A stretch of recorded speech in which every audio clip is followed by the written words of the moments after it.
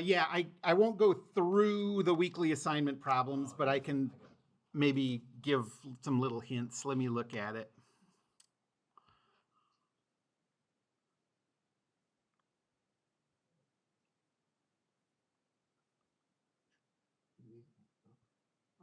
No problem.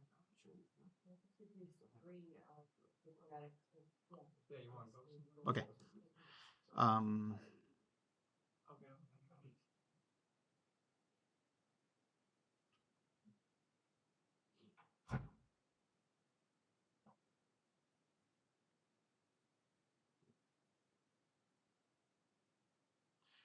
Okay, number 4. I'm in 5. I'm sorry. Okay.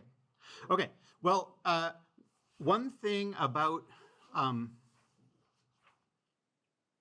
so about 4 and 5, they look similar, but mathematically it's the same exact approach. So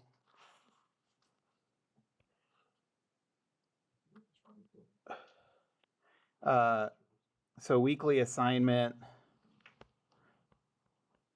number 5. So it looks like this. You have this big disk spinning around this point, and then attached to the big disk is this smaller disk, and it's spinning around. And notice that this is exactly the same thing mathematically as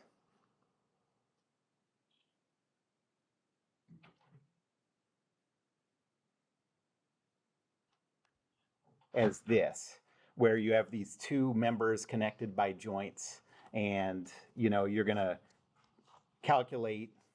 So if this is, call that G, A, P, so you're going to do the acceleration of P relative to the ground is equal to the acceleration of A relative to the ground plus the acceleration of P relative to A.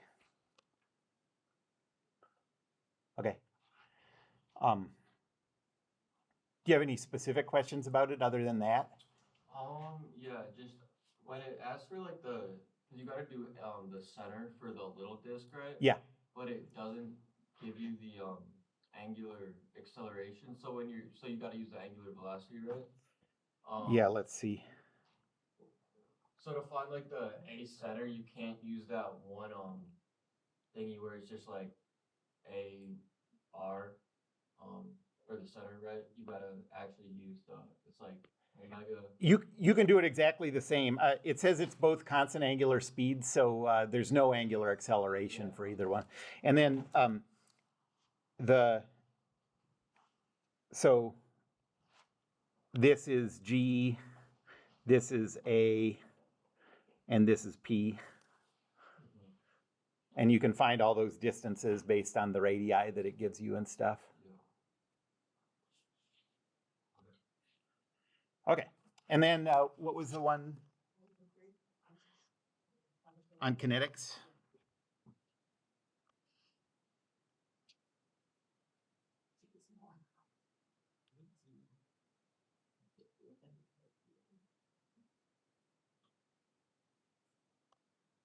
Oh, that's rigid body. We're not doing that yet. Particle kinetics.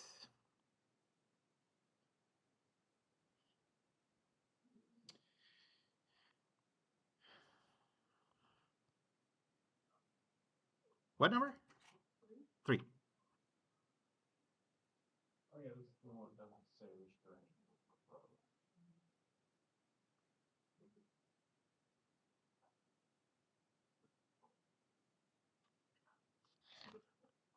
Okay, so let's draw what's going on. So you have a Ferris wheel. Most of you are going to end up working in Ferris wheel design, so pay attention how this works. Yeah.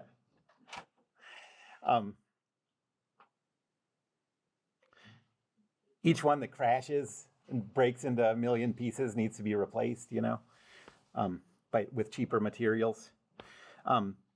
Okay, so the radius is 4.5. It rotates with a constant angular speed of 1.2 radians per second. It doesn't say which way. Let's say that it's going this way. What if that's wrong? Then imagine you walk to the other side and then it's right.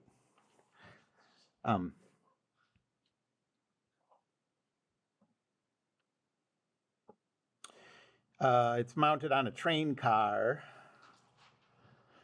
Okay, so the train car is, the path of the train car is perpendicular to the plane of the Ferris wheel's motion. So the train car is like this.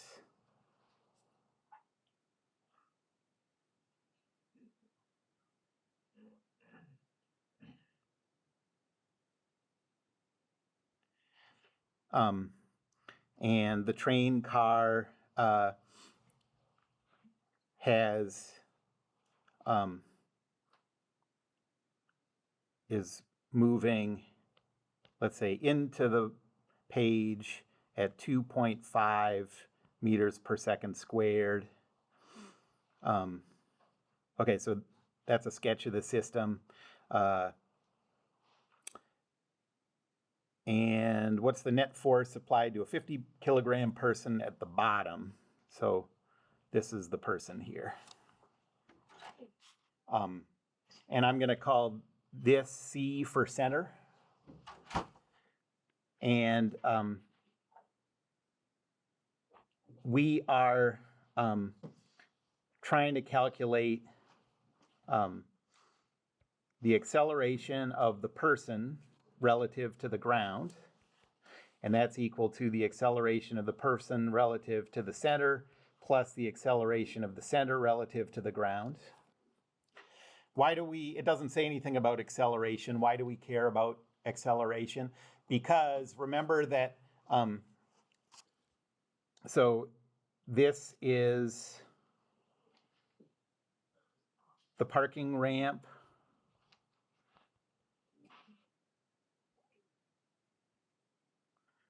And this is the Mall of America.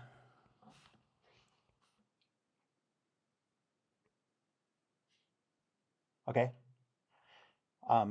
And for this analogy, the parking ramp is going to be playing the part of kinematics.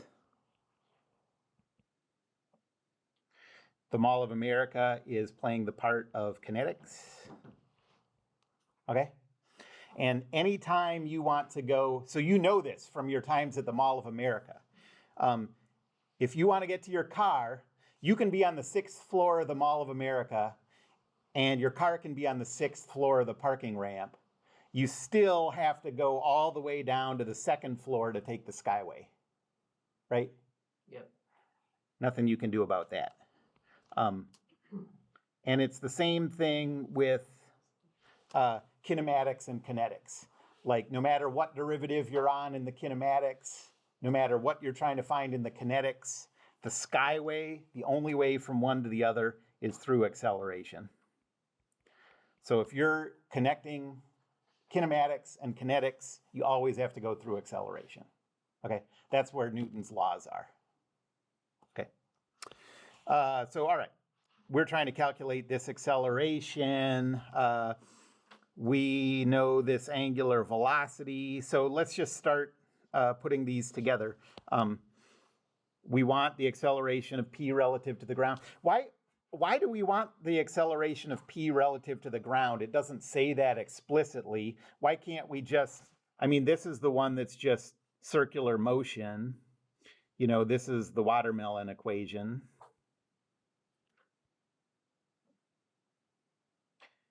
This one is the acceleration of the train car.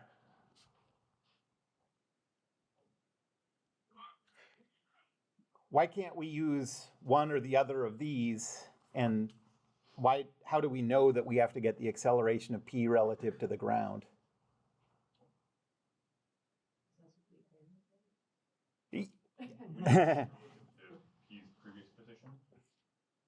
Well, the key thing is you can only use Newton's laws in an inertial coordinate system, okay? the acceleration of P relative to C, that coordinate system is accelerating. That coordinate system C is on the train, it's accelerating. The acceleration of C relative to the ground, well, the problem there is that that's not we're looking for the acceleration of the passenger, not the acceleration of the train. So we need this one. It's the only one that's the acceleration of the passenger in an inertial coordinate system. Okay?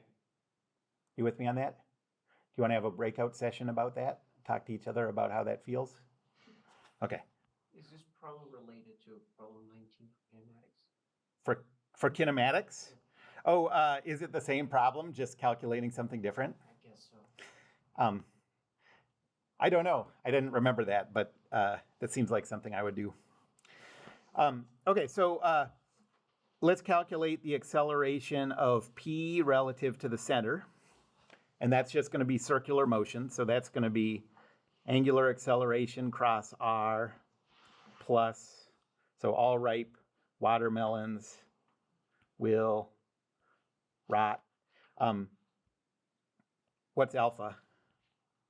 Is the angular acceleration, but since you said this is constant, Right. we cannot have such thing. Perfect. Yep. Zero angular acceleration. Angular velocity, it gave us an angular speed. I said we're going to do it like it's moving this way.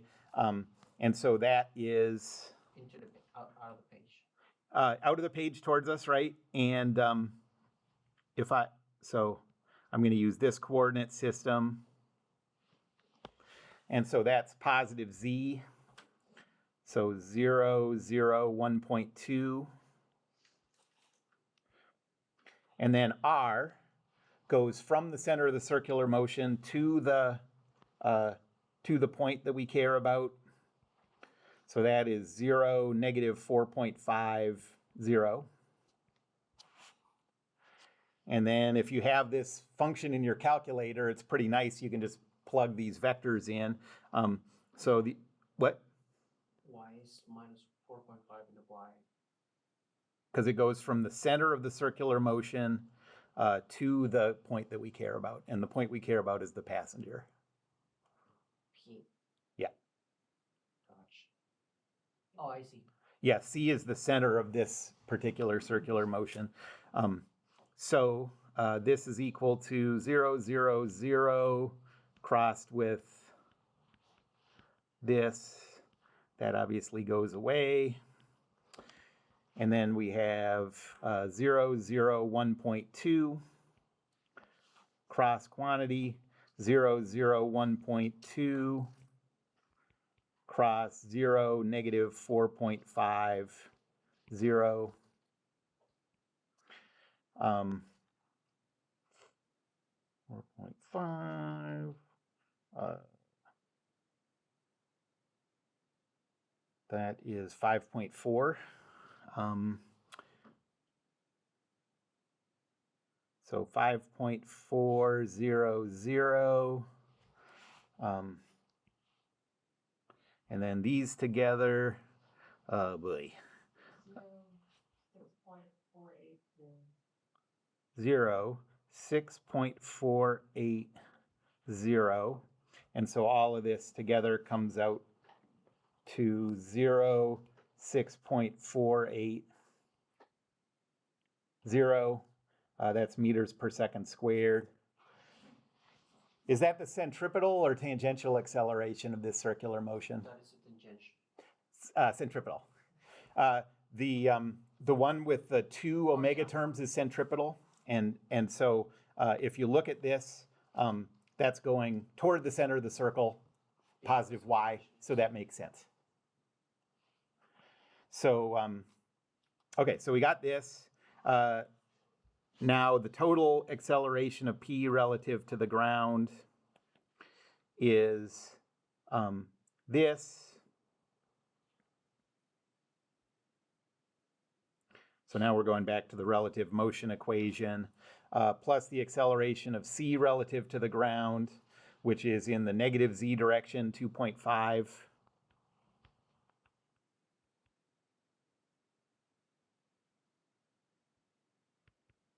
And so that's 0, 6.48, negative 2.5. Okay, so now we have that acceleration in an inertial coordinate system. And so now Newton's second law. You know, last class I had just finished telling you how every time you use Newton's second law or the moment equation coming up pretty soon, you have to draw a free body diagram. Well, there actually is one exception to that. If you're trying to calculate the net force, a free body diagram doesn't help you in any way. The free body diagram is just individual forces. So Newton's second law says F net is equal to the mass times the acceleration. You can just skip the free body diagram and just multiply these out. So 0, 6.48, negative 2.5. And so that is 0, 32 point, no. 124.9. What? 124.9 for the x component. For the z component? I got 124 for the x component and 324 for the y. I got 0 for my x here, so that's going to be 0. I mean, if you use a different coordinate system, these could all be different. 324, okay, negative 125. Yeah. Newtons. Okay. Any questions about that? Okay, so in any of these relative motion type problems, if you're going to use Newton's laws, your objective is trying to find the acceleration of the thing you want expressed in an inertial coordinate system. Okay, so that's what we did there. Any other homework questions?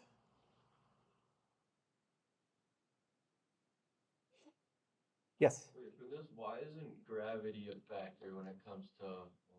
Yeah, it is a factor, but remember this, gravity is a force, not an acceleration.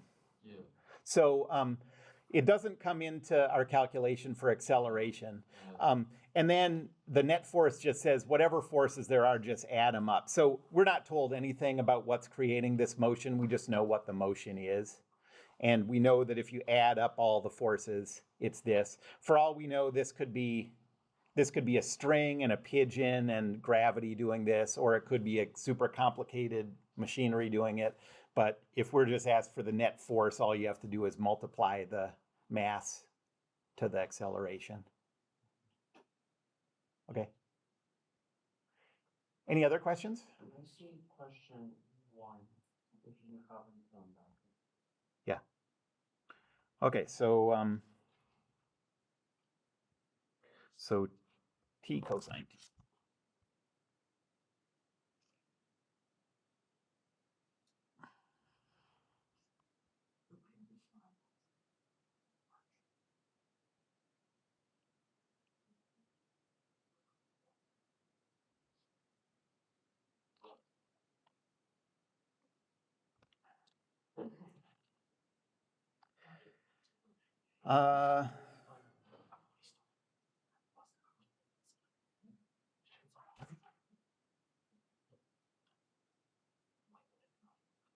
Okay, so the velocity as a function of time is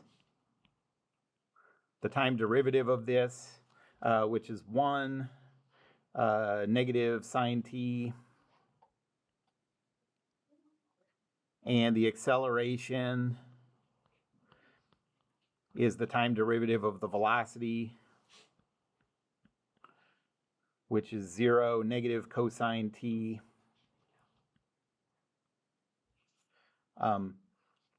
Newton's second law says F net is equal to the mass times the acceleration vector. So that is 0.5 times 0 negative cosine t. And so that's 0 negative 0.5 cosine t.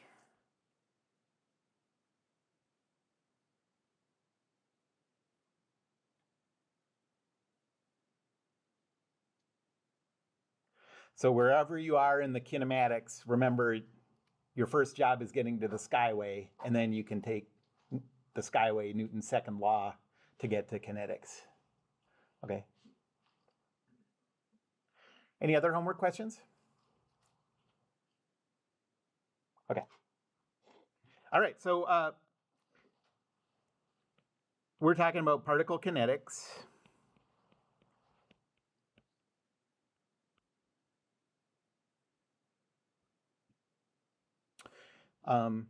And we said last time there are two forces with known directions.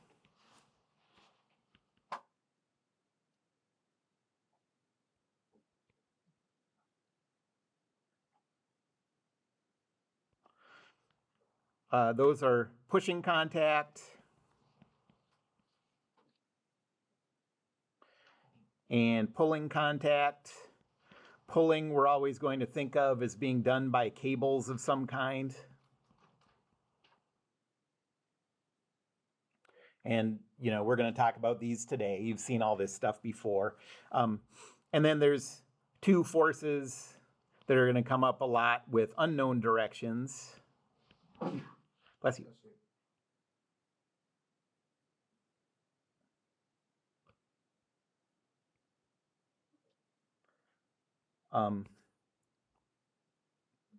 In 2D, we have the pin or hinge joint.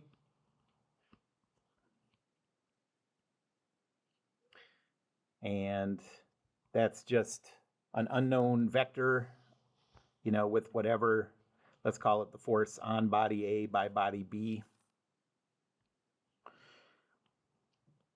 And then in 3D problems, we have ball and socket joint.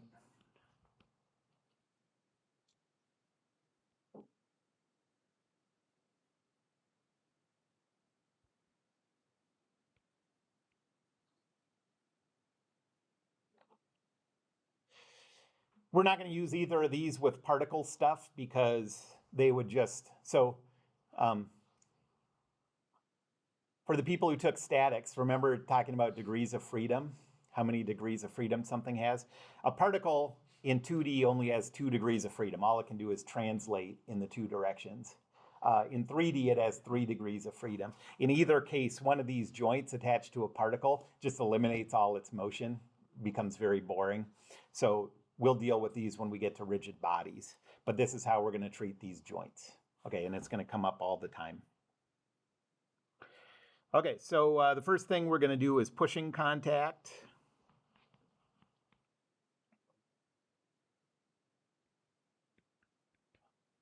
And this is without friction. If you ever needed to deal with friction, you would put that in separately.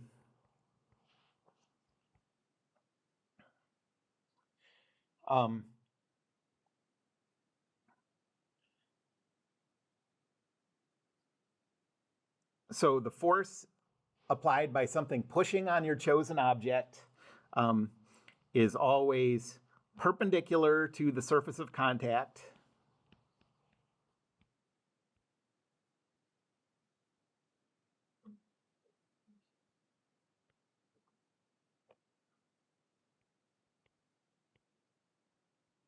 Toward the chosen body.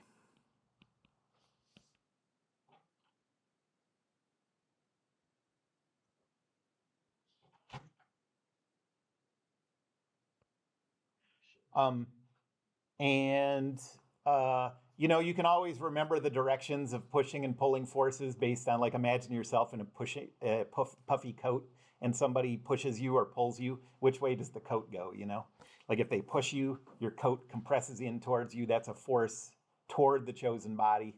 They pull you, it moves away from you. Okay, so for example, let's say that we have these two objects pushing on each other.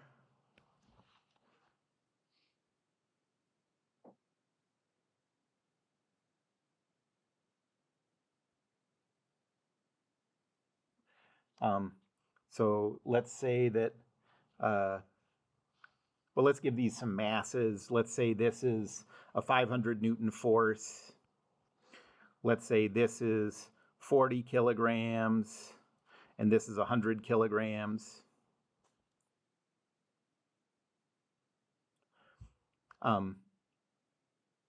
So a free body diagram of the 40 kilogram cart. So draw the closed outline.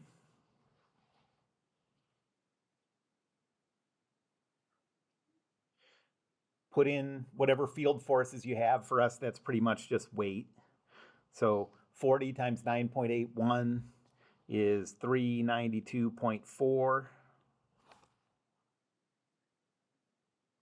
And now the last part of our job is going around the boundary and finding any places where the surroundings make contact with the boundary.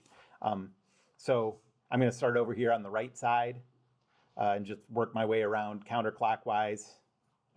You just have to complete the whole loop, whichever way you go. Okay, so on the right side, the boundary that I've drawn here makes contact with the 100 kilogram.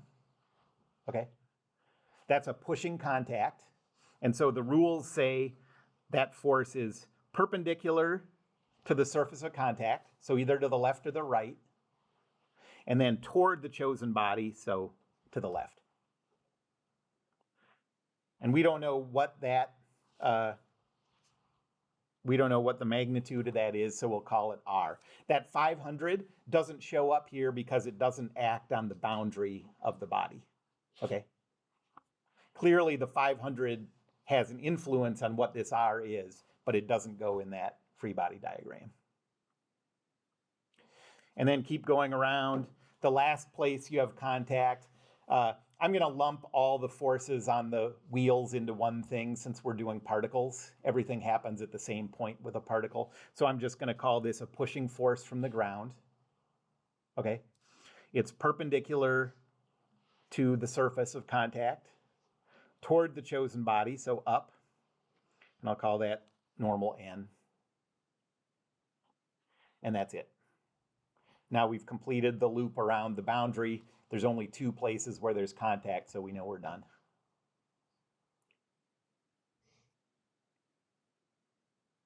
Any questions about that?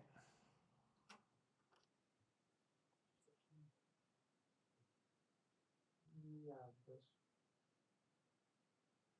I'm sorry, could you rephrase again? Where do we get the 3 region?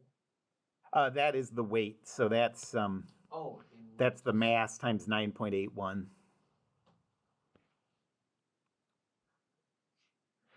Gosh.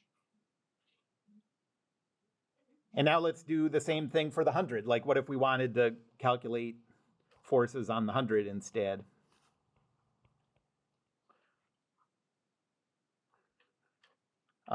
So here's the closed outline with no internal details and no external objects.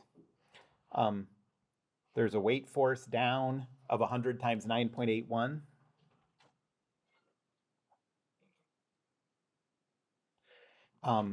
Over here, that 500 does act on this boundary.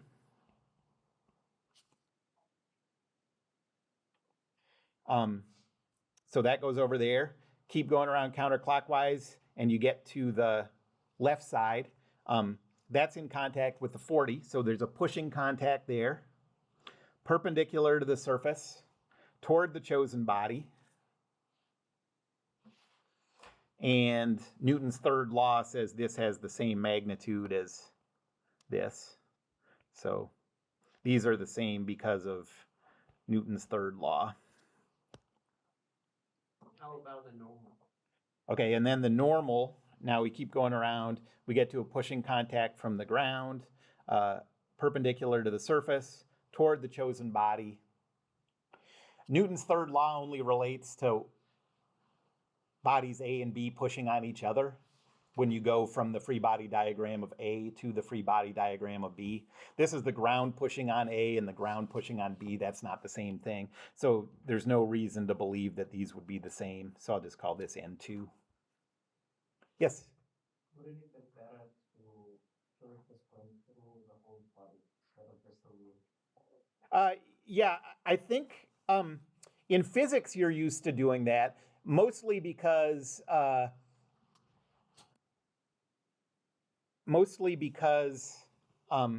in physics, probably 80 or more % of what you did was particles. We are going to need to show very clearly where these forces are acting. And so I'm going to always draw them with either the tail at the location or the head at the location where it's applied, so you can see that. Okay. And that's also, by the way, why, like in physics, I probably told you like to try to draw some of the shape of the outline of the body, you know. That's because when you're doing particle stuff, everything's the same point. It just happens at the center of mass. That's not true for us once we start doing rigid bodies. And so you're going to want to show the different features in some way, you know. Any other questions? Okay. Well, what if we wanted to calculate the acceleration? So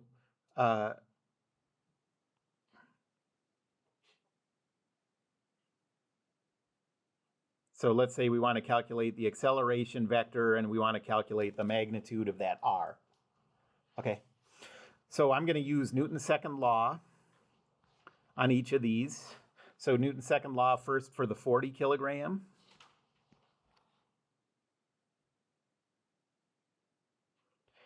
I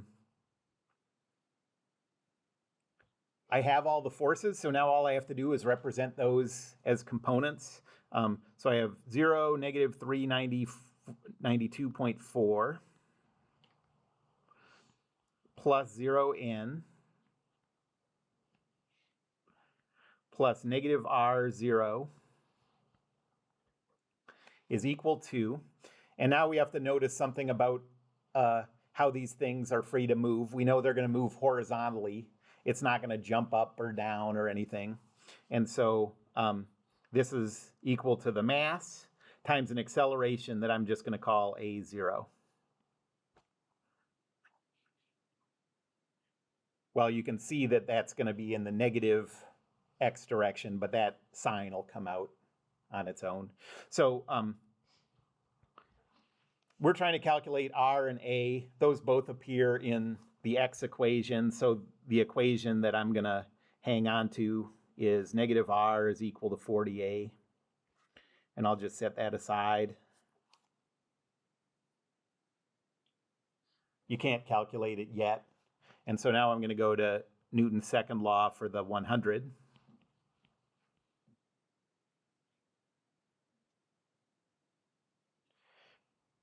And the left side of this is all based on this free body diagram. So we have 0, negative 981,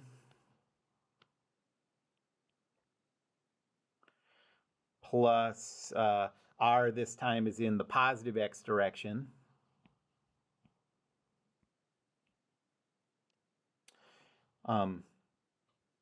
Plus 0 n2.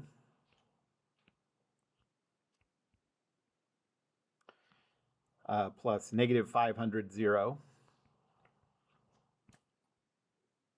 Four forces in our free body diagram. And then this is equal to the mass times these two things are going to accelerate together. It's like a single system. So this is also a0.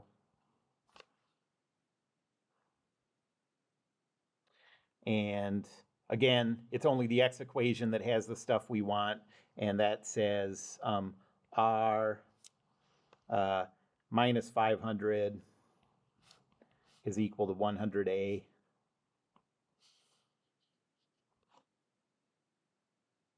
And now we just have this system of equations to solve. So I'll plug the first one into the second one.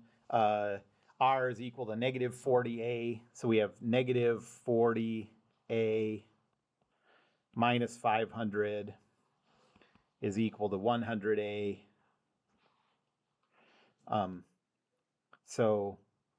Negative 500 is equal to 140a.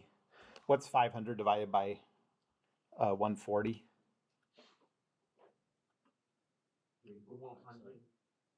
100. 0.57? Okay, so A is equal to negative 3.57 meters per second squared. So this thing is moving, you know, this way at 3.57. And then you can plug back in to find R. So that's 357 plus 500. So R is equal to 857.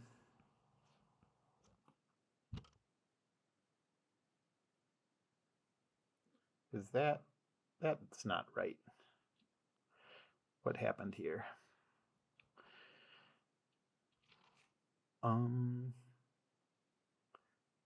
R is negative 40A.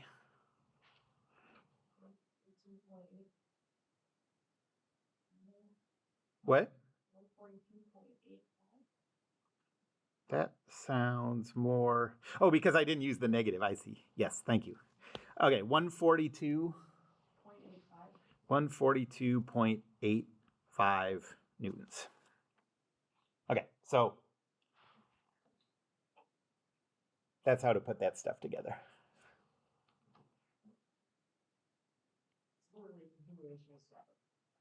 Yeah, right. Yep. Okay, and now the other one is a pulling contact. We're always just going to imagine that pulling happens using a cable. Even if it doesn't, you can imagine that the contact is just like a little tiny cable. And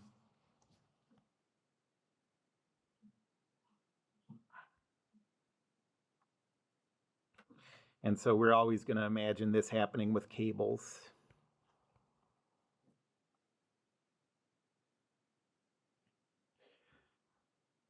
The direction of a pulling force is always parallel to the cable.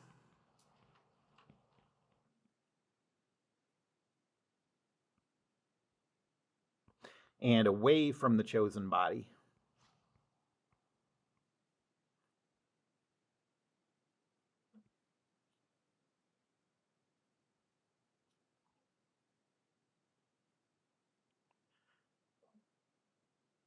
Okay, so for example, if you have a cable attached to the ceiling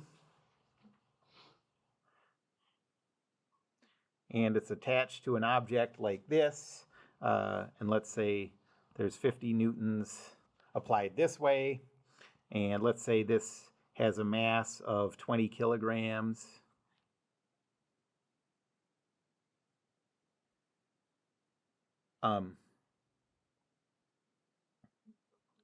Then the free body diagram, you have the weight force down. That's 20 times 9.81, so that's 196.2. And you have the 50 Newton force this way. And then for the cable force, that force is parallel to the cable, away from the chosen body, and we don't know the magnitude, so I'll call it T for tension.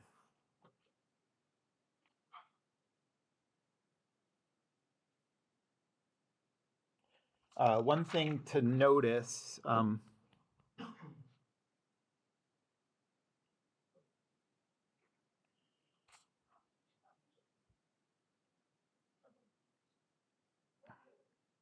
for any, let's say, ideal cable,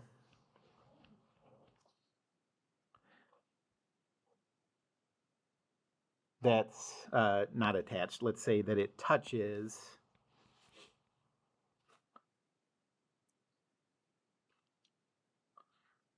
nothing but pulleys between its endpoints.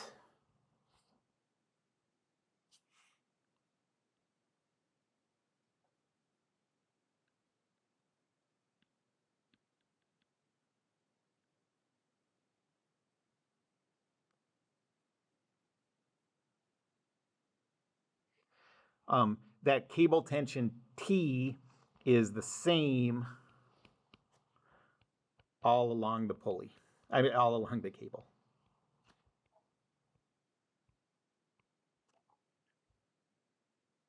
Okay. What do I mean by an ideal cable? I mean massless. And these pulleys also need to be ideal for this to be true. And that means a little more. So these pulleys need to be massless and frictionless.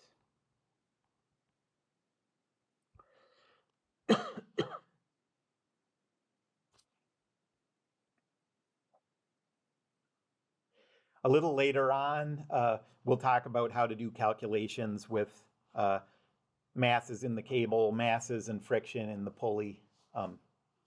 But for now, we just have to assume the same things you did in Physics 1. Yep. Are we gonna be dealing with any stretch with cables? Let's see. We are not specifically going to talk about that.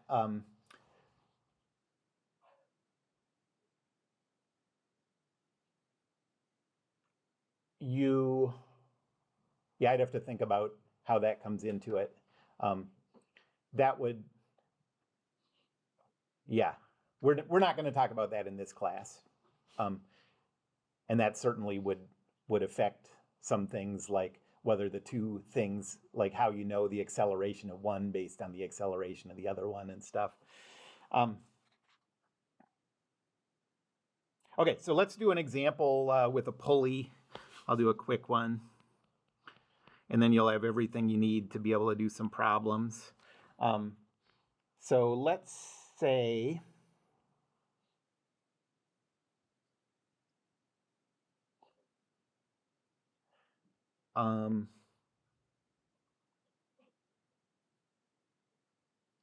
you have a ledge and a cart.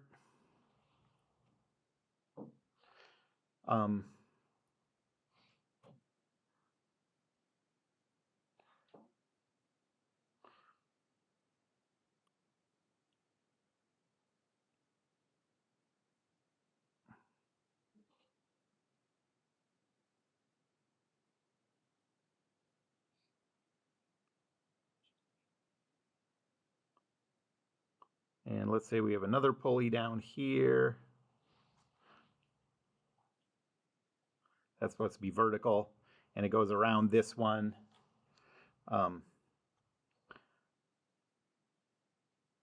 This drawing got out of control fast. And then we have another one up here.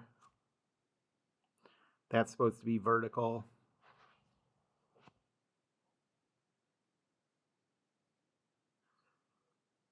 And then we have a hanging mass. This is 5 kilograms.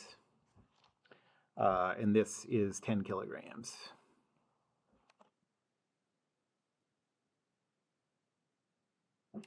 And we want to calculate the acceleration of the cart and the tension in the cable.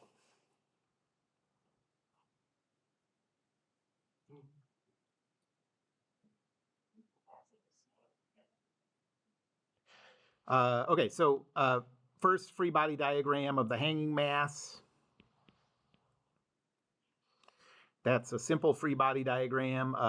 You just have the weight of 5 times 9.81.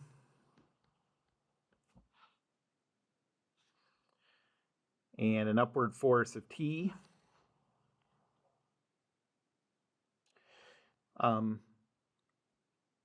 Newton's second law says 0T plus 0, negative 49.05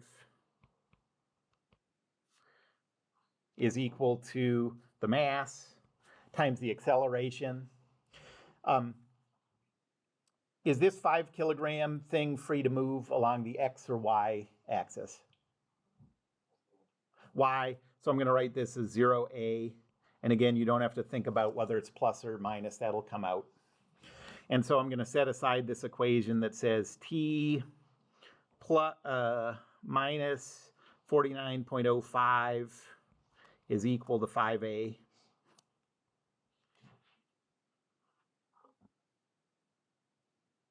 And now I'm going to go to the cart.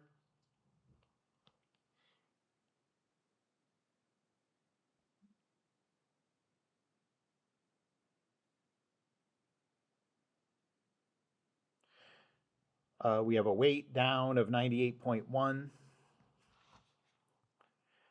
We have a pushing force from the ground. I'll call that N. We have a pulling force from the cable, and this is parallel to the cable away from the body, so this way. But since it's the same cable, and it doesn't touch anything between the endpoints other than pulleys, this has that same value of T.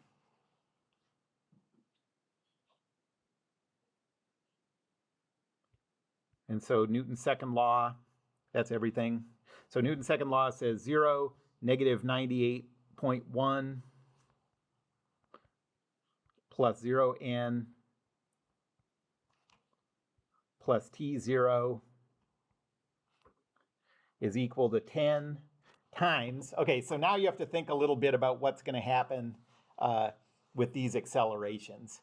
And the easiest way to do that is just think like, okay, my original body, if I move that an inch in its positive direction, where does this other one have to go? For this one to go an inch in the positive y, this one has to go an inch in the negative x. And so this acceleration is going to be in the negative x direction, negative a0. You can rig up combinations of pulleys where 1 inch to one body is 1/8 of an inch to the other body and stuff, but we'll cross that bridge when we get to it. Wait, it's still negative even though it's moving in the positive x direction? Yeah, so what's going to happen is, you're right that, so because I chose the default here to be a positive value of A, okay, and you can see that that thing's going to move down. So what we're going to get is just a negative answer for A. But what you have to get right is the relationship between the signs of these two. You know what I mean? And we got that right when we said if the big one if the hanging one moves up, the cart moves to the left. And so this one says T is equal to negative 10A. So there's our system. I'll plug the second one into the first one. So we have negative 10A minus 49.05 is equal to 5A. And so negative 49.05 is equal to 15A. And so what's A? 3.27 negative meters per second squared. And so that says that T is equal to positive 32.7 newtons.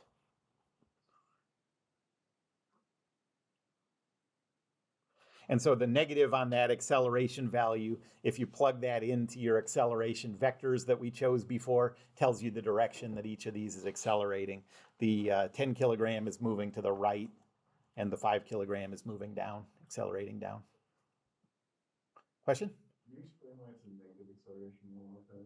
Yeah, because, I mean, what it really is because when I chose how to represent the acceleration of the 5 kilogram, okay, I didn't even try to figure out whether it's going to accelerate up or down, okay? Sometimes you can tell, like in this case, sometimes you can't because things are too complicated.